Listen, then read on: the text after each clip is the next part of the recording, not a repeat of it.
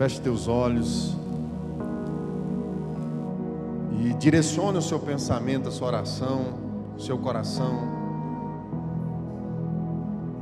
Se desligue dos pensamentos que te atrapalham a se concentrar na presença de Deus agora.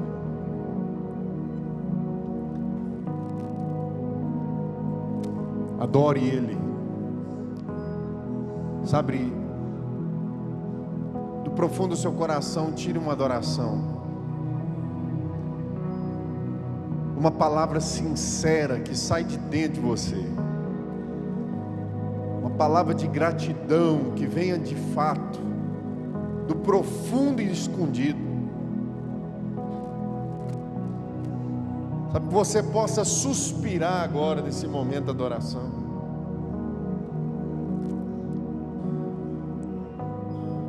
Entra com confiança na presença de Deus. Deixa o fardo, solta tudo. O medo, a capa, a bagagem. Só vai.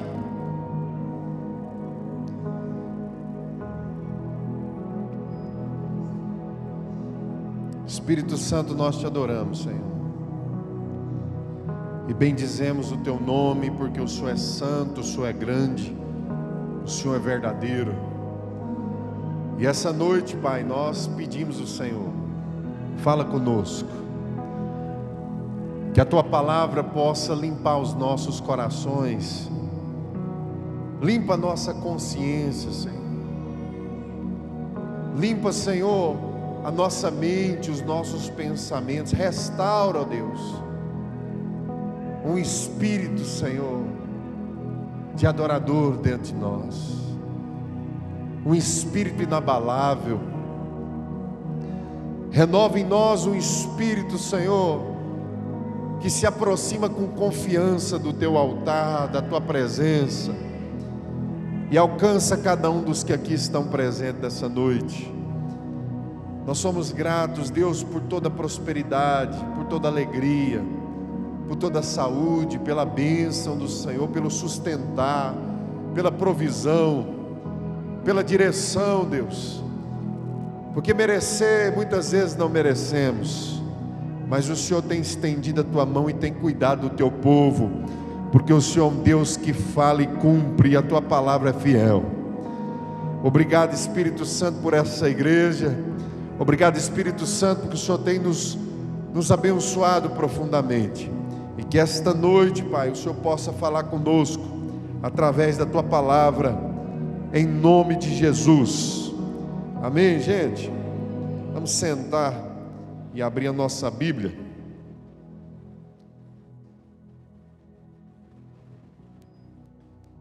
Quantos estão alegres com Jesus aí? Eu fiquei vendo essas mulheres, mas tem mulher com força, né, Thalita? Fiquei imaginando essas mulheres tudo conversando ao mesmo tempo. Já pensou?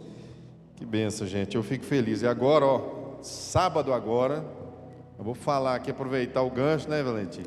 Sábado agora nós vamos fazer aqui uma vigília. É um culto estendido na direção dos homens.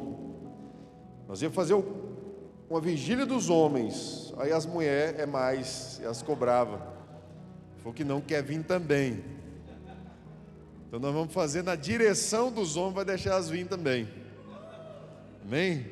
E aí depois vai ter um churrasco abençoado, depois da vigília. Então vai ser muito tremendo. Vai começar sábado, às 19h, Mariuzan vai vir, viu, Mariuzan? Firme e forte essa carne aí para nós. Mariuzan, churrasqueirão antigo, né, Mariuzan, da IPR. E nós vamos começar às 19h30, e nós vamos ter várias mensagens, vai ser muito tremendo, irmão. Eu queria convidar, desafiar a igreja a vir mesmo, viu? Até as irmãs, vem, porque Deus vai ministrar muito. Nós vamos tirar um período de oração, vai ter umas ministrações bem fortes, né, Gesiel? Vai ser tremendo. Quem vai vir, dá um glória a Deus. Então vamos pregar a Bíblia agora. Abra sua Bíblia comigo em Hebreus.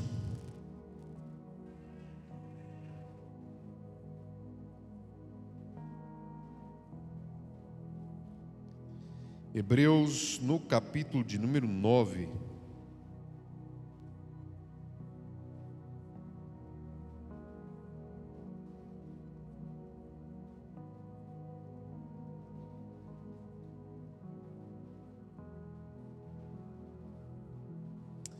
Hebreus,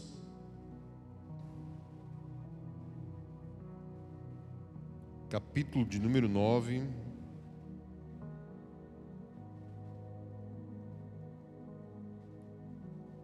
A partir do verso de número 11.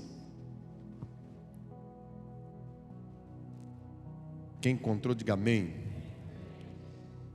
Bastante atenção agora na palavra, irmãos. O texto diz assim: quando Cristo veio como sumo sacerdote dos benefícios agora presentes, ele adentrou o maior e mais perfeito tabernáculo, não feito pelo homem, isto é, não pertencente a esta criação, não por meio de sangue de bodes ou de novilhos, mas pelo seu próprio sangue.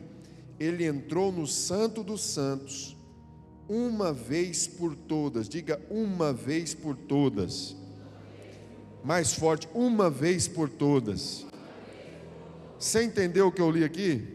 A Bíblia diz que Jesus entrou no Santo dos Santos, nesse tabernáculo, de uma vez por todas, e obteve eterna redenção.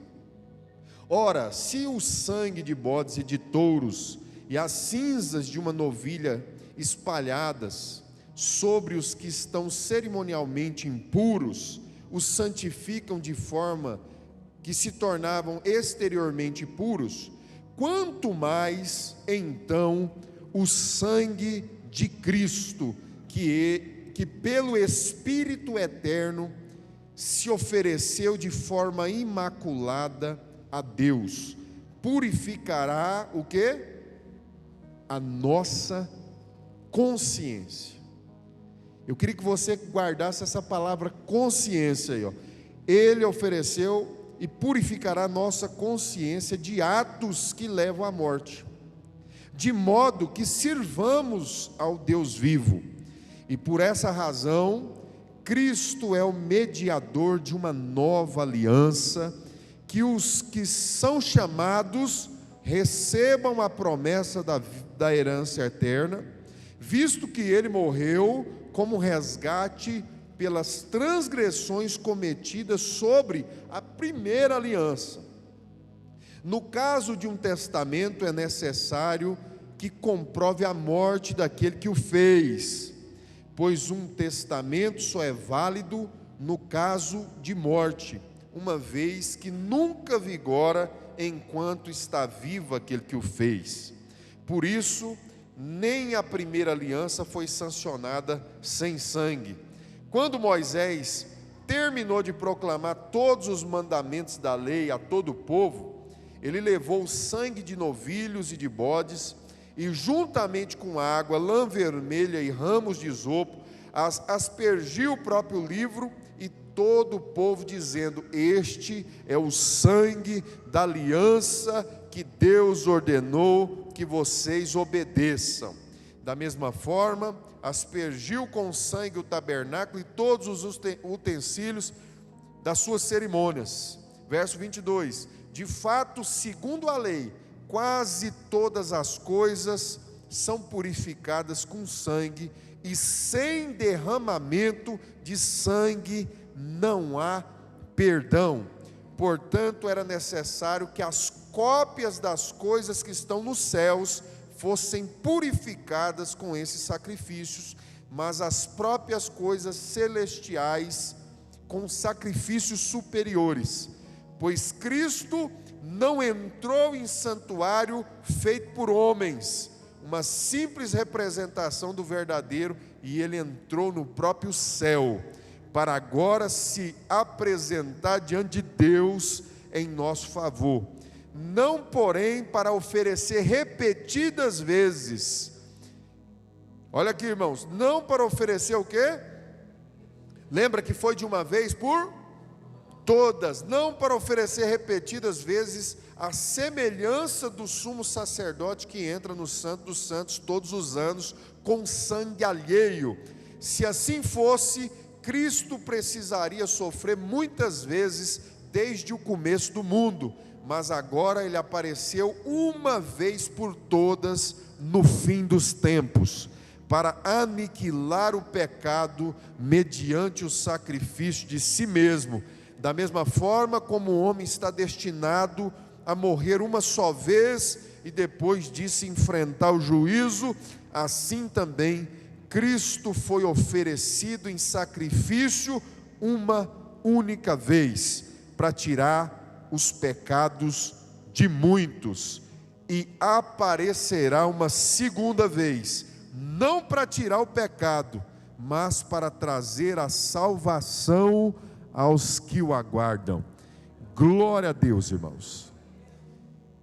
Esse texto é tremendo, irmãos. Ele vem destrinchando para nós o verdadeiro sacrifício, aquilo que trouxe a redenção e o perdão dos nossos pecados.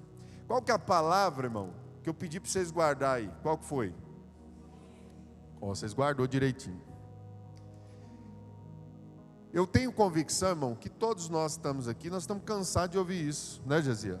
Que Jesus nos salvou, que perdoou os nossos pecados. Você perguntar para as pessoas na rua se conhece Jesus, fala que conhece a palavra, que conhece a igreja, que conhece a história, que sabe a respeito do sangue. Mas muitas vezes esses conhecimentos, doutor Joás, vai perdendo o sentido original, a essência. Nós temos o costume, irmão, de ir se assimilando, se familiarizando com as coisas que a gente ouve, com as coisas que a gente convive. E eu estou olhando para uma geração hoje, irmão, que apesar de a gente falar que a gente está na graça, que a gente está vivendo um tempo, né, de liberdade, a igreja ela vem muitas vezes perdendo a reverência, o zelo e o cuidado com as coisas sagradas de fato, e muitas vezes se apegando à liturgia, às coisas cerimoniais ainda, às vezes a filosofias, como o apóstolo Paulo chega a dizer ali, Lucas, a respeito de histórias que às vezes elas não trazem o verdadeiro propósito e sentido da nossa religião.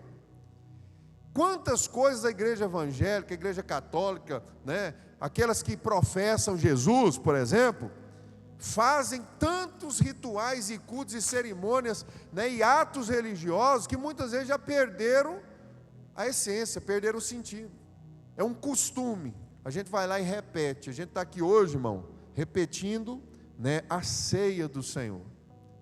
E a Bíblia diz que é réu de juízo aquele que participa da ceia indignamente. Tem muita gente que tem medo de cear. Por quê? Porque no decorrer do mês ele pecou. No decorrer da semana, às vezes ele brigou com a esposa. No decorrer da semana, às vezes ele pensou uma coisa ilícita. E eu já vi em alguns lugares proibir a pessoa de cear. Falou, você não vai cear porque você está em pecado. Por quê? Porque vazou. Porque talvez escandalizou, porque às vezes alguém caiu.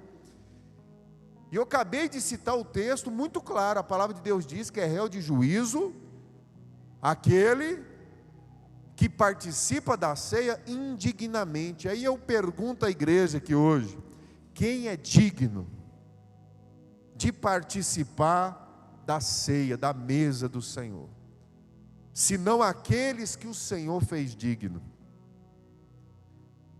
O que realmente mata, irmão, é você participar da ceia do Senhor sem discernir o corpo, é o que está escrito no texto. É participar como se fosse, o apóstolo Paulo, ele chama a atenção da igreja nisso, é participar como se fosse só comer.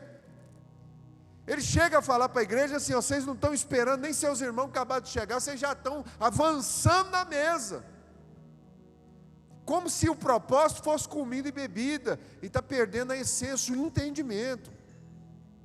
Irmão, a ceia do Senhor, ela te aproxima de Deus.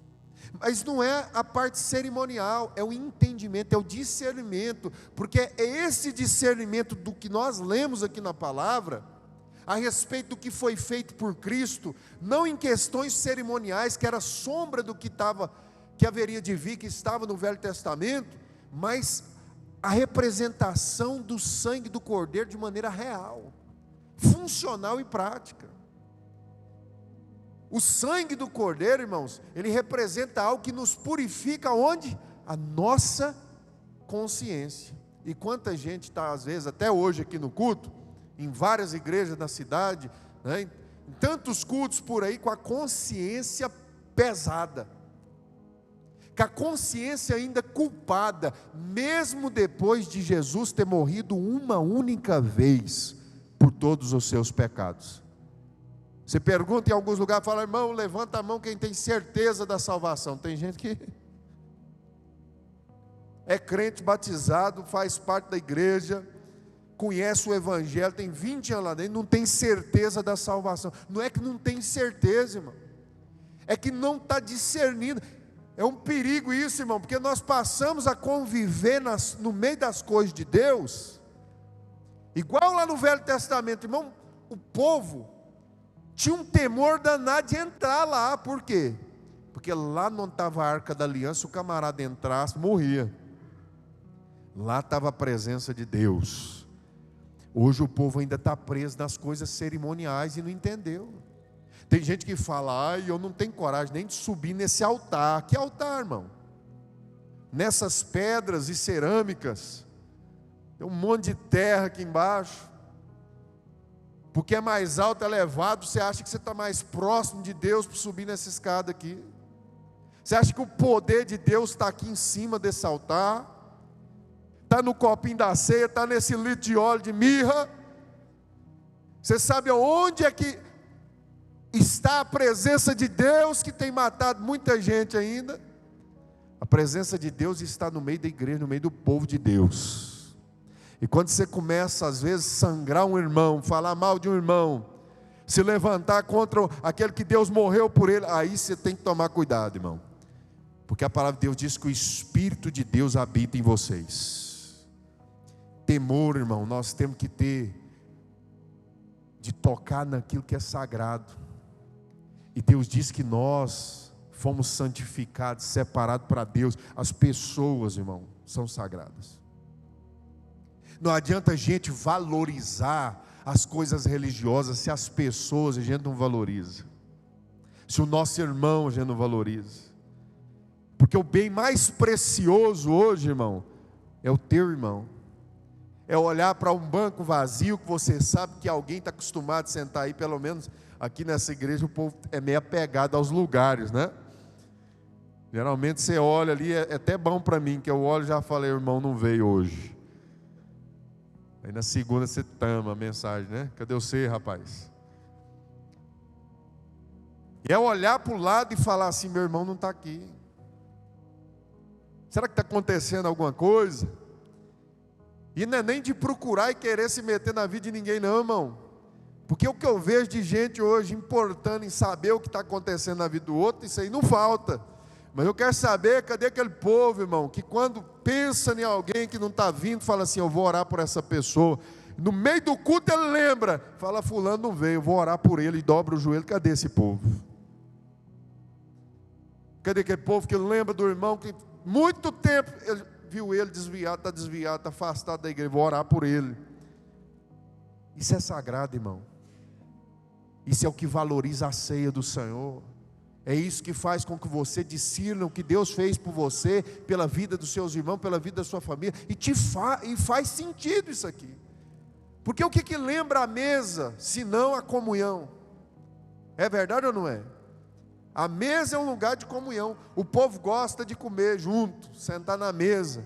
Mas um dia o apóstolo Paulo fez uma advertência à igreja e falou o seguinte: ele falou: as reuniões de vocês fazem mais mal do que bem.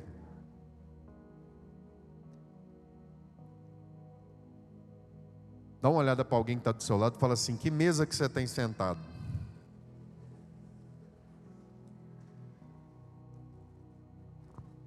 Mas olha de novo e fala assim: irmão, que mesa você está sentando?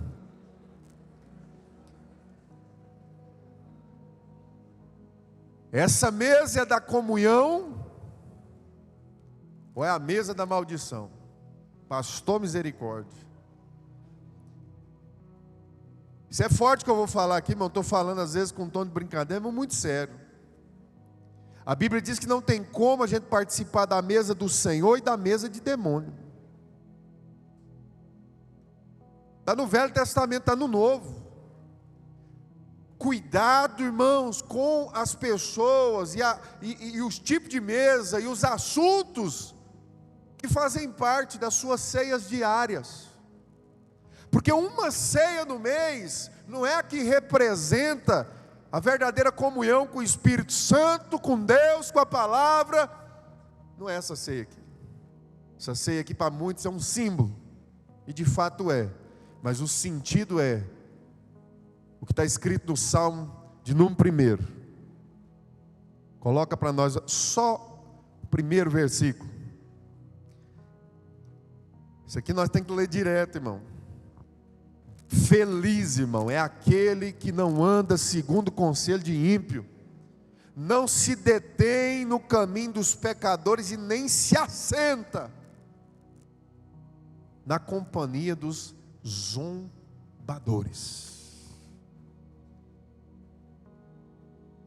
Às vezes você está enfrentando tanto problema na sua vida, você não percebe, irmão,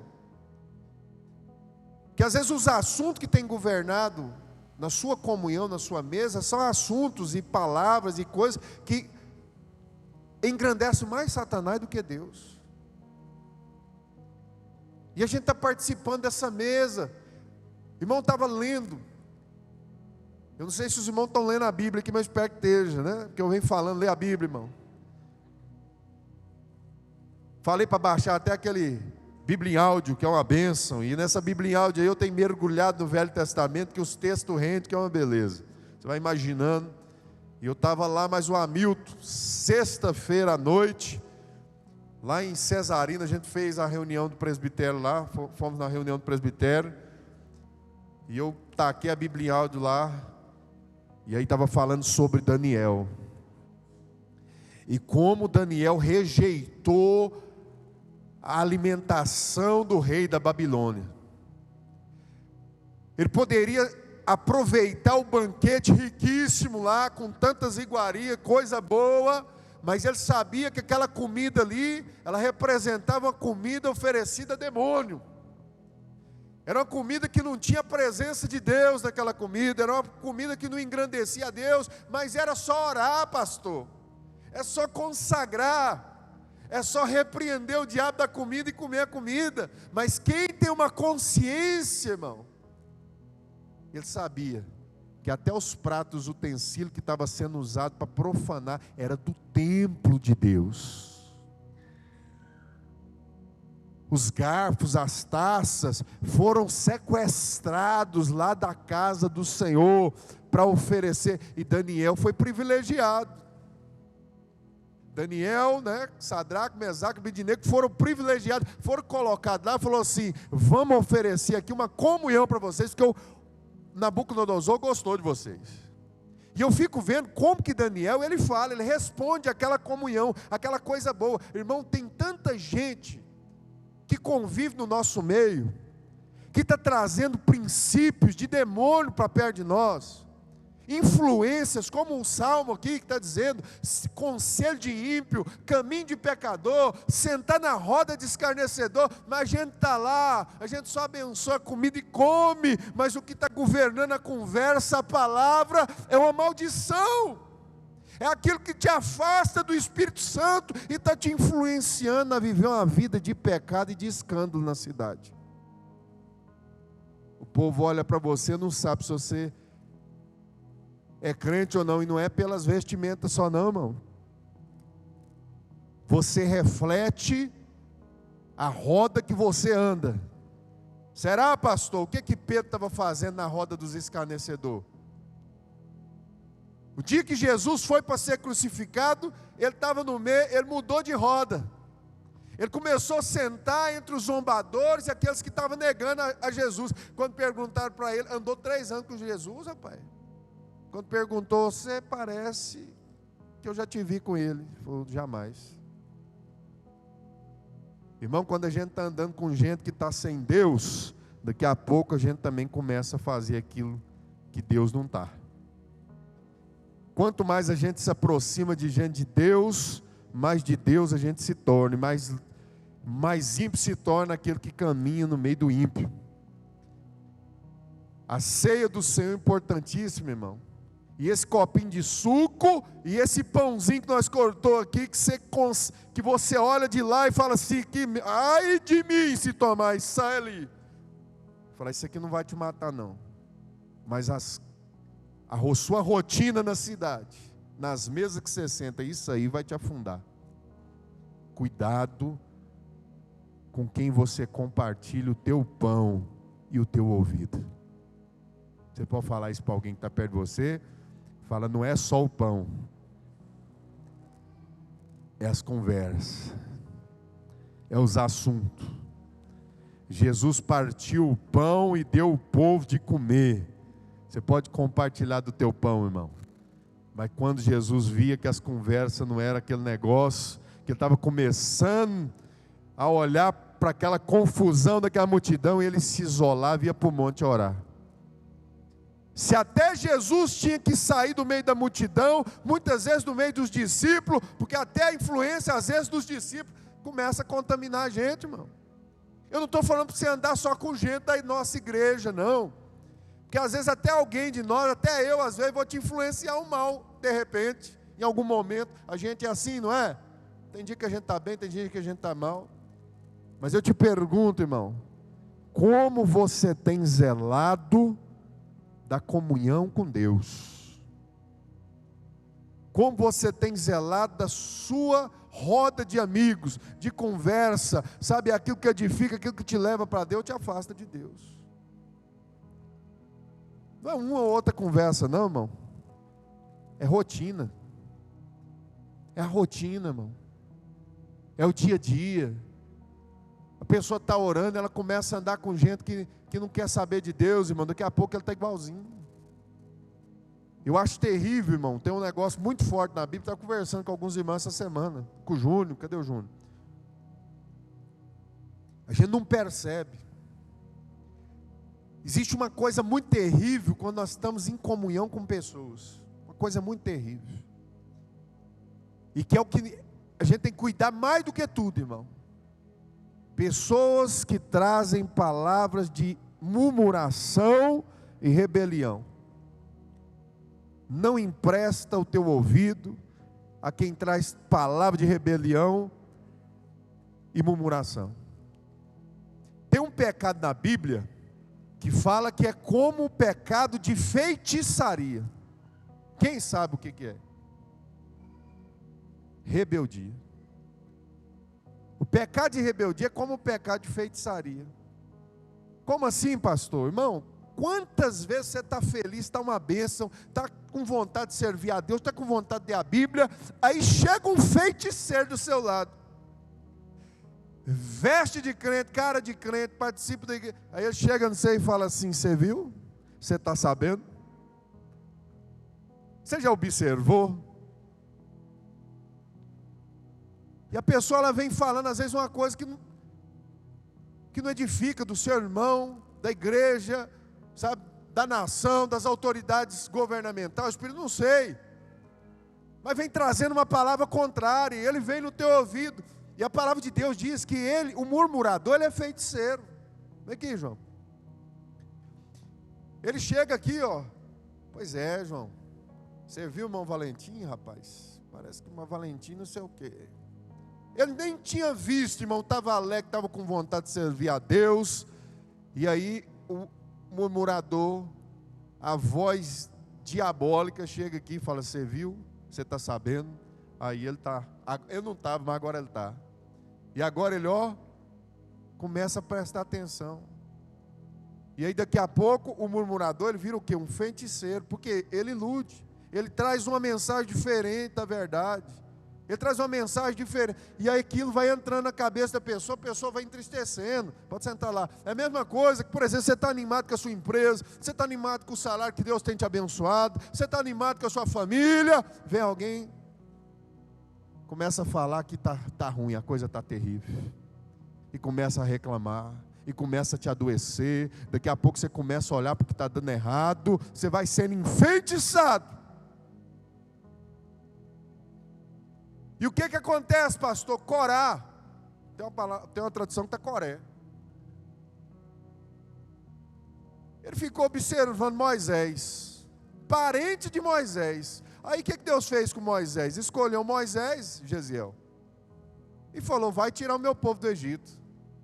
Foi Deus que chamou Moisés: vai tirar meu povo do Egito. Aí Moisés foi, Rubens, foi lá tirar. Só que antes dele ir, ele falou assim: Senhor, eu não sei falar, arrumou um monte de desculpa, nem queria ir na verdade. Aí Deus falou assim: então vou mandar Arão com você. Que ele fala, acabou a desculpa. Aí ele foi. E aí nesse andar da carruagem, Moisés se tornou líder do povo. E Arão o seu sacerdote. Foi ou não foi? E Coré, meu irmão, ele era da família de Moisés. Só que ele virou levita, porque era da tribo de Levi. E a palavra, Deus tinha dado uma palavra para essa tribo, Joás, dizendo que a herança daquela tribo era o Senhor. As outras teriam herança terrena, mas aquela lá era o Senhor. Ele não ficou muito satisfeito com esse negócio. Ele falou: mas eu queria um negocinho a mais, uma coisinha mais palpável. E ele começou a observar. Falou: mas Moisés é da minha família, Arão é da minha família, Moisés é o príncipe do povo, Arão é sacerdote, eu tenho que carregar a arca aqui nas minhas costas, as tendas, aí não dá não. E a Bíblia diz que ele chegou em dois, falou: Datã, Abirão, é o seguinte, você já observou que Moisés está se colocando como príncipe do povo e a gente servir ele? Ele falou: rapaz, não tinha reparado não, mas parece que é isso aí mesmo. Vamos conversar com o povo, vamos. E reuniu 300 líderes. Ele foi nos mais cabeça da... Vocês já repararam que Moisés está pensando que manda em nós aqui? E esse povo se levantou contra Moisés e chegou lá, falou: Moisés, é o seguinte, você se colocou como príncipe do povo. Moisés caiu com a cara na terra. De maneira nenhuma. Deus me levantou e me colocou. E essa palavra veio de Deus. E Arão como sacerdote, foi Deus que separou. E separou vocês como levita. A palavra de Deus diz que ele começou a confrontar Moisés. Moisés se ira naquela situação, porque eles confrontaram a autoridade de Deus. E a Bíblia diz que o chão abriu e engoliu aquele povo. Olha que coisa terrível, irmão. O que um murmurador, alguém que tem uma palavra negativa de maldição, pode fazer no lugar onde as pessoas estão sendo abençoadas? O povo estava caminhando bem, irmão.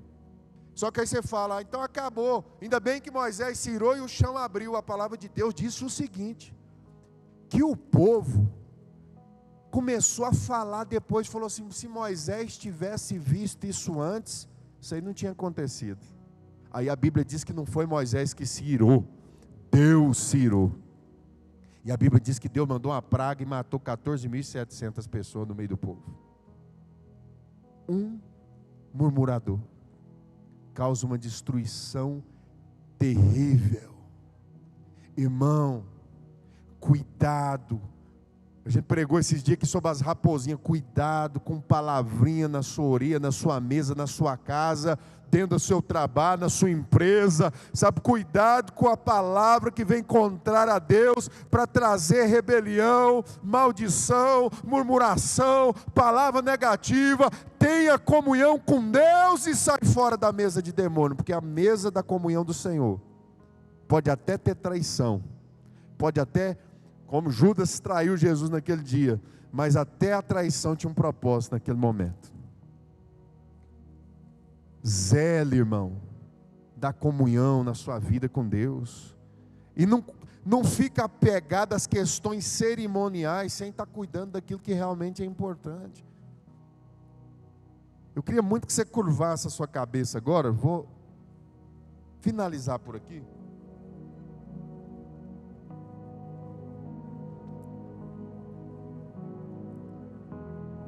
Trate aquilo que é sagrado como sagrado, irmão. Sabe, se você voltar a ler sua Bíblia, continuar lendo a sua Bíblia, tendo uma vida de oração, você vai ter mais cuidado, irmão, porque Deus vai te mostrando as coisas. Queria muita atenção dos irmãos agora aqui na minha voz.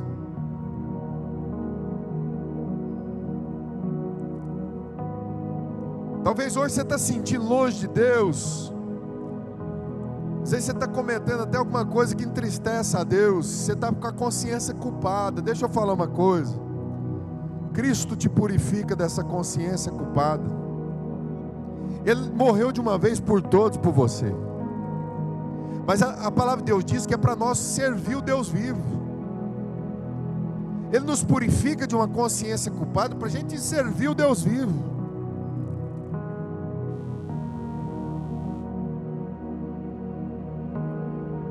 O Espírito Santo nessa noite, irmão, está confrontando a igreja para tratar o que é santo como santo, o que é profano como profano. O que você precisa de orientação, irmão. Talvez você esfriou na fé, tudo bem. Talvez você desviou um pouquinho. Talvez você tropeçou, mas eu quero te perguntar o que você está fazendo, irmão, para restaurar o altar na sua vida. É a palavra de Deus, é a Bíblia, irmão, é a oração que vai te levantar e vai te trazer para a mesa de Deus. Talvez você está se sentindo fraco, você abre a sua Bíblia e lê uma palavra e Deus está dizendo lá e você fala: nossa, eu não estava observando que eu estava errando aqui. Aí você vê um acontecimento com a história de José, com a história de Davi, com a história de Daniel. Sabe, você vai edificando a sua fé, você vai queimando de novo pela vontade de Deus. Aí você vê lá como Deus livrou, sabe, Sansão dos filisteus. Você começa a olhar lá como o Senhor abençoou, sabe, Davi e Moisés, como Deus usou Elias. Seu coração vai queimando de novo por Deus. Mas enquanto você está ouvindo aí pelo mundo, irmão, só coisa do mundo, é só coisa que te afasta da igreja, é só coisa que escandaliza, é só coisa, sabe, que o povo começa a falar. Meu irmão, você vai se afastando, você vai se apagando, e aí você chega na igreja num culto de ceia, está preocupado com a ceia. Meu irmão, se preocupe com as mesas que você tem sentado nessa cidade, porque a palavra de Deus diz que o Senhor vê. Deus está de olho em você. Não é pelos teus pecados e pelas tuas falhas, é pela tua negligência, pelo abandono da palavra, é pelo abandono da oração. Você pode até ser um pecador, você pode até pecar muitas vezes, tropeçar, mas uma pessoa que está firme e forte, ela tem a Bíblia aberta. Uma pessoa que está firme e forte, ela não desiste, ela continua orando, ela continua temendo, e quando ela peca, ela fala: o sangue do Cordeiro me purifica do pecado, e ela costuma ter um pouco mais de zelo, e ela vai melhorando dia a dia, e vai vivendo na presença de Deus, esperando aquele que vem e virá, e está chegando, e pode ser que seja logo, e a gente vai subir com o Senhor nos ares, confiantemente no sangue do Cordeiro de Deus. Com a mão no seu coração, fala com o Senhor. A palavra de Deus diz: examine cada um a si mesmo, e então coma, e então beba. Deus te chamou para andar em comunhão, Deus te chamou para viver na presença dEle, e que o pão da ceia e o sangue que nos purifica de todo pecado, representado aqui essa noite, possa conduzir a sua vida na presença de Deus. Eu oro para que você tenha discernimento e revelação, e que você não dê ouvidos à murmuração e à rebeldia, e nem seja um murmurador e um rebelde, para que algo pior do que isso não te ocorra. Em nome de Jesus, Pai, eu oro pela tua igreja, Que o teu povo nessa noite possa florescer e que a força dessa comida possa fazer com que eles vá mais adiante. E que o Senhor abençoe os passos do teu povo, santifique a mesa e a casa dos meus irmãos, as empresas dos meus irmãos, o trabalho dos meus irmãos, e que tudo que eles fizerem seja abençoado e consagrado, que as finanças sejam consagradas, que a palavra seja consagrada, que os bens sejam consagrados, que a mente seja consagrada, e cada um de nós possa estar com a consciência livre e abençoada, em nome de Jesus. Glória a Deus. Ainda com a cabeça curvada, faça uma oração de agradecimento nesse momento, de comunhão. Se você precisar confessar o teu pecado, ore a Deus, fala com o Senhor, vai abrindo o teu coração e Ele te ajuda em nome de Jesus.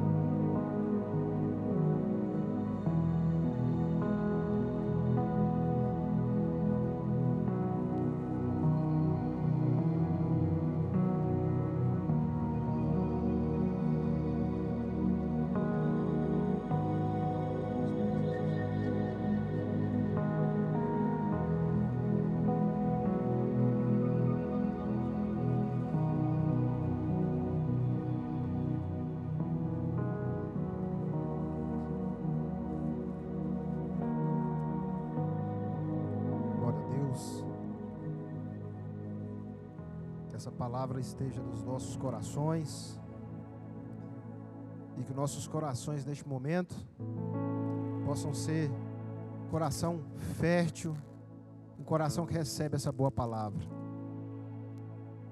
e que o nome de Jesus possa ser glorificado na minha e na sua vida. Vamos dar continuidade então, vamos dar início à ceia do Senhor, e essa palavra é uma palavra que trouxe para nós esse entendimento. Eu quero convidar os diáconos e as diaconisas para estarem aqui de prontidão já. E quem que pode ceiar? É aquele que está em comunhão com a igreja, aquele que é batizado. Se você é de outro ministério também, se você desejar, estiver em comunhão com a sua igreja, se você é batizado, também pode ceiar conosco essa noite. Esse é um ato simbólico em comunhão diante do Senhor aqui, relembrando o sacrifício dele. Amém? Então, se você for ceiar, quero que você fique de pé para facilitar a entrega do pão e do cálice.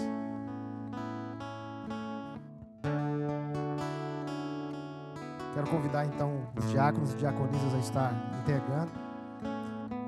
Vamos ficar em espírito de oração, meu irmão, minha irmã. Esse é um momento importante na nossa vida, um momento de reflexão, um momento de temor, um momento também de alegria, um momento de comunhão.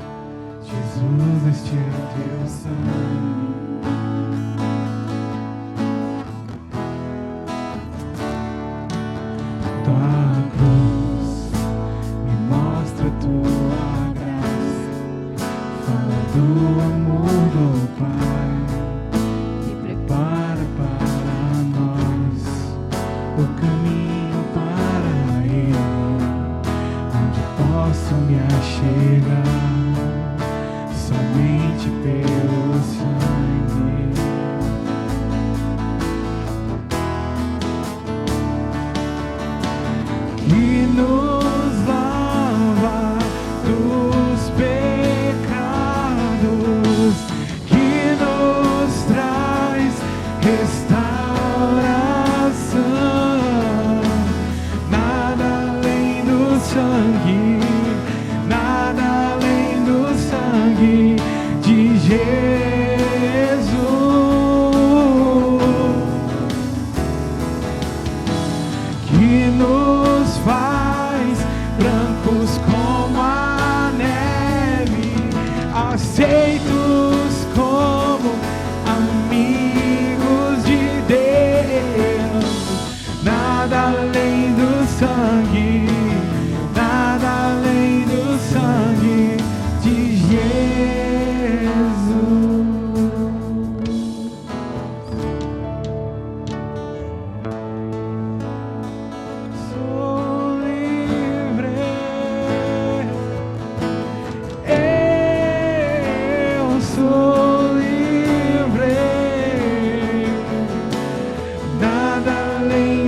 sangue, nada além do sangue de Jesus. Declare pro Senhor: eu sou livre, eu sou livre, nada além do sangue, nada além do sangue de Jesus.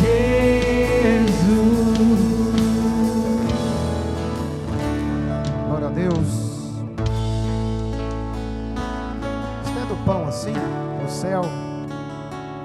A partir desse momento agora, que nós possamos ter consciência que o nosso pecado cravou Jesus na cruz do Calvário.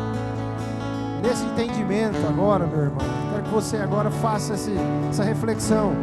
Enquanto eu leio o texto, 1 Coríntios no capítulo 11, verso 23 diz assim: pois recebi do Senhor o que também lhes entreguei, que o Senhor Jesus, na noite em que foi traído, tomou o pão e, tendo dado graças, partiu e disse: isto é o meu corpo que é dado em favor de vocês. Façam isto sempre, sempre em memória de mim. Com esse entendimento, meu irmão, minha irmã, participe agora do pão, em nome de Jesus.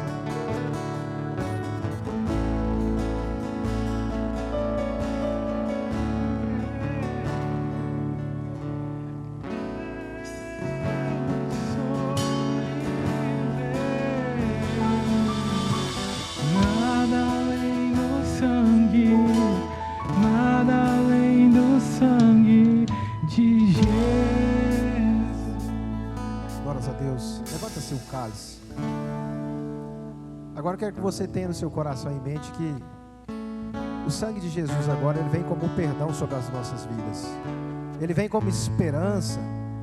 Ele vem como graça de Deus, reconciliação com o Pai. Ele vem com promessa.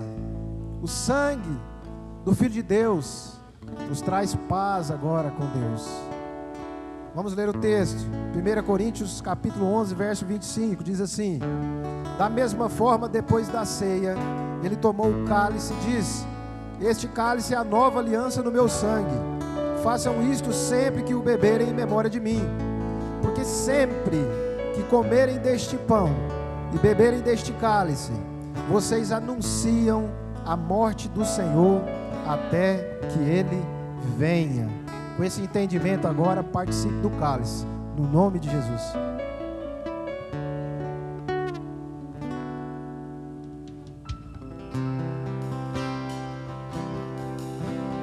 Bendito seja o Cordeiro que na cruz por nós padeceu. Bendito seja teu sangue que por nós ali ele verteu. Eis desse sangue lavados, com roupas que tão alvas são, os pecadores remidos, que perante o seu Deus já estão.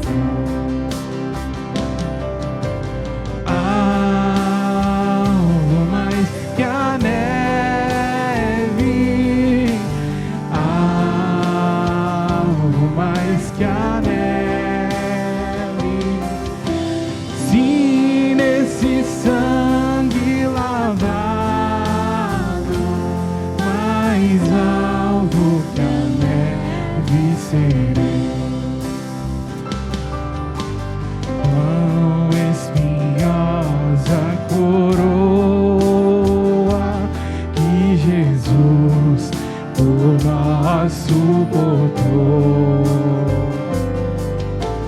Oh, quão profundas as chagas que nos provam quanto Ele me amou. nossas chagas pureza para o maior pecador, pois que mais alvo que a neve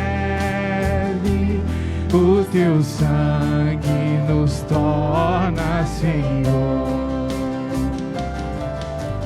Alvo mais que a neve,